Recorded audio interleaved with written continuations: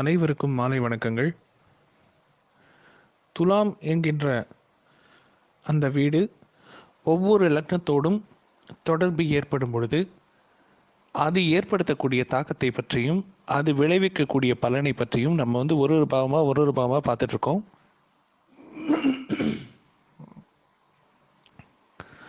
அதனுடைய ஒரு தொடர்ச்சி இப்போ நம்ம 12 லக்னத்துக்கும் துலாமுக்கும் இருக்கக்கூடிய தொடர்பை பற்றி நம்ம பார்த்தோம். இப்போது துலாம் என்கின்ற அந்த வீட்டில் அமரக்கூடிய கிரகம், அதன் மூலியமாக ஏற்படக்கூடிய தொடர்புகள் மற்றும் விளைவுகள், இதை பற்றி நம்ம இன்றைக்கி கிளாஸில் பார்க்க போகிறோம். இந்த துலாம் நம்ம லக்னத்திலிருந்து எத்தனாவது பாவமாக வருகிறதோ அந்த பாவத்தின் மூலியமாக உலக அனுபவம், உறவுகளை கையாளும் அனுபவம், உறவுகளை கையாளும் ஞானம், மனிதர்களை கையாளும் ஞானம், நல்லவர் யார் கெட்டவர் யார் என்பதை அறிந்து கொள்ள முடியும் அப்படின்னு நான் ஏற்கனவே மென்ஷன் பண்ணியிருந்தேன். வெளி உலக தொடர்பை, வெளி உலக எக்ஸ்போஷர் அப்படின்னு சொல்லக்கூடிய அந்த கான்டாக்ட் மற்றும் இன்ஃப்ளூயன்ஸ், அந்த விஷயங்களை அளவுக்கு அதிகமாக கொடுக்கக்கூடிய பாவம் துலாம் அப்படின்னு நம்ம மென்ஷன் பண்ணியிருந்தோம். அது ஒவ்வொரு லக்னத்தோடும் எப்படி தொடர்பு படுது அப்படின்றத நம்ம பார்த்தோம் இல்லைங்களா. இப்போது துலாம் தராசு ராசி, ஒன்றை இழந்துதான் அதனுடைய பலனை, அதற்கு ஈடான இன்னொரு பலனை பெற முடியும் அப்படின்றதையும் நம்ம பார்த்தோம். அதனால தான் துலாம் பாதி பலனை கொடுக்கக்கூடிய ராசி அப்படின்னு நம்ம பார்த்தோம். துலாம் என்கின்ற பாவத்தின் மூலியமாக நம்மளுடைய களத்திரம், அந்த 7ஆம் பாவத்தினுடைய காரகத்துவங்கள் ஆக்டிவேட் ஆகும் அப்படின்றத பார்த்தோம். ஏன்னா துலாம் காலபுருஷனுக்கு 7ஆம் பாவம். அப்போ இவ்வளோ விஷயங்கள் துலாமை பற்றி நம்ம பார்த்தோம். இப்போது துலாமிற்குள் எந்த கிரகம் அடைபட்டாலும் அந்த கிரகத்தின் மூலியமாக இந்த காரகத்துவங்கள் ஆக்டிவேட் செய்யப்படும். அந்த கிரகத்திற்கும் இதே காரகத்துவங்கள் பொருந்தும். துலாமுக்குள்ள சூரியன் இருந்தாலும் சரி, துலாமுக்குள்ள சந்திரன் இருந்தாலும் சரி, துலாமுக்குள்ள கேது இருந்தாலும் சரி, துலாமுக்குள்ள புதன் இருந்தாலும் சரி, துலாமுக்குள்ள சனி இருந்தாலும் சரி, துலாமுக்குள்ள செவ்வாய் இருந்தாலும் சரி, துலாமிற்குள் சந்திரன் இருந்தால் தாய் மற்றும் தாய் வழி உறவு, அவர்கள் மூலியமாக கன்சர்ன் பர்சன் துலாமினுடைய பாவ காரகத்துவத்தை, துலாமினுடைய வீட்டினுடைய தன்மையை அடைவார். துலாம் கொடுக்கக்கூடிய உலக அனுபவத்தையும் மனிதர்களை கையாளக்கூடிய அனுபவத்தையும் அடைவார். துலாம் கொடுக்கக்கூடிய 7ஆம் பாவ காரகத்துவத்தை தாய் மற்றும் தாய் வழி குடும்பத்தின் மூலியமாக அடைவார். அதே துலாம்ல சூரியன் இருந்தால் தந்தை மூலியமாக அந்த துலாமினுடைய பாவ காரகத்துவத்தை சம்பந்தப்பட்ட ஜாதகர் அடைவார் என்று நாம் கருத்தில் கொள்ளலாம். துலாம்ல குரு இருந்தால் குழந்தை மூலியமாக துலாமினுடைய பாவ காரகத்துவத்தை அவர் அடைவார். துலாம்ல புதன் இருந்தால் தாய்மாமன் வழி உறவுகள், அதன் மூலியமாக துலாமினுடைய பாவ காரகத்துவத்தை அந்த குறிப்பிட்ட ஜாதகர் அடைவார். தாய்மாமா மூலியமா எக்ஸ்போஷர் ஏற்படும். தாய்மாமா மூலியமா பப்ளிக், வெளி உலக தொடர்பு என்பது தாய்மாமா வழி உறவுகள் மூலியமாக ஏற்படும். இப்போ நான் துலாம்ல புதன் இருந்தால் அதனுடைய எக்ஸாம்பிள் என்ன அப்படின்றத பற்றி நம்ம பேசிட்டு இருக்கோம். தாய்மாமன் வழி உறவு மூலியமாக வெளி உலக தொடர்பு இந்த ஜாதகருக்கு ஏற்படும். ஏன்னா புதன் துலாம்ல இருக்குது. சரி, புதனுக்கு வெறும் தாய்மாமா மட்டும்தான் காரகத்துவமா அப்படின்னு இருந்தால் எடுத்துக்க, அதை மட்டும் நம்ம சொல்ல முடியாது. இன்னும் சொல்ல போனால் இளைய சகோதரிக்கு உண்டான அந்த காரகத்துவமும் புதனுக்குள்ள அடங்கும்.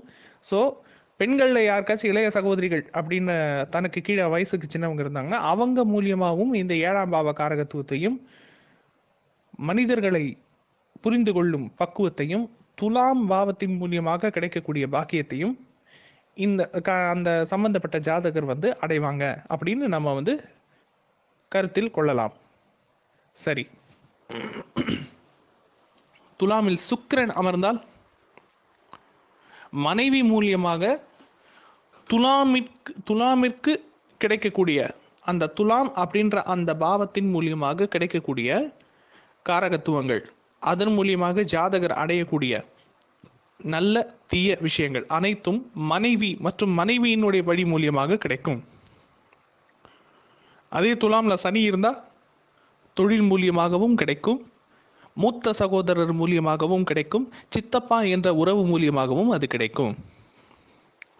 துலாமில் செவ்வாய் இருந்தால் இளைய சகோதரர் மூலியமாக அது கிடைக்கும், மாமனார் மூலியமாக அது கிடைக்கும் அப்படின்னு நம்ம கருத்தில் கொள்ளலாம்.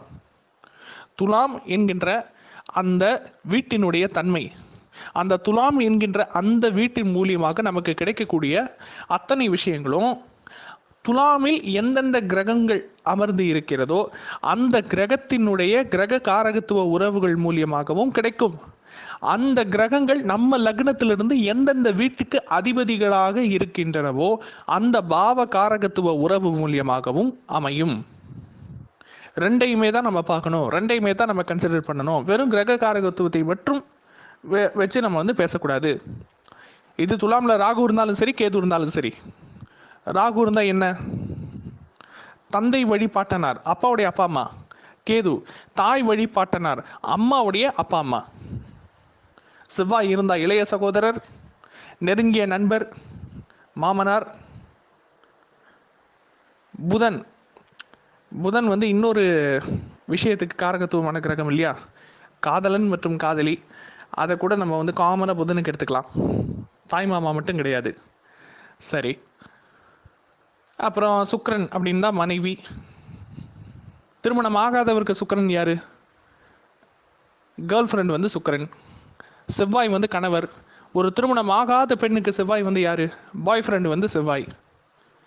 இப்படி உறவு காரகத்துவத்தையும் நட்பு காரகத்துவத்தையும் உணர்வு காரகத்துவத்தையும் கலந்துதான் ஒவ்வொரு பாவமும் செயல்பட்டு கொண்டிருக்கின்றது. எல்லாத்தையும் பார்க்கணுமா அப்படின்னா எல்லாத்தையும் தான் பார்க்கணும்.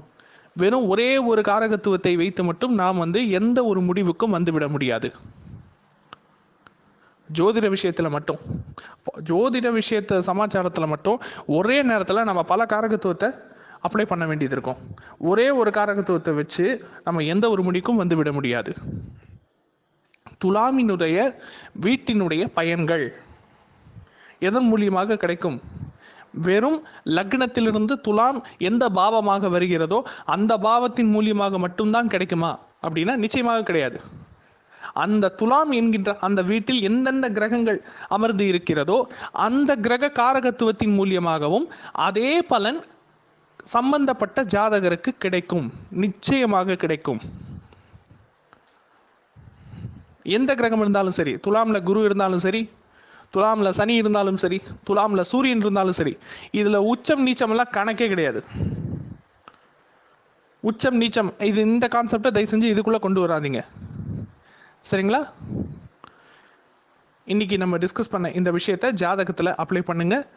கிடைக்கக்கூடிய தரவுகளையும் சந்தேகங்களையும் தவறாமல் குழுவில் பதிவிடுங்கள். நன்றி.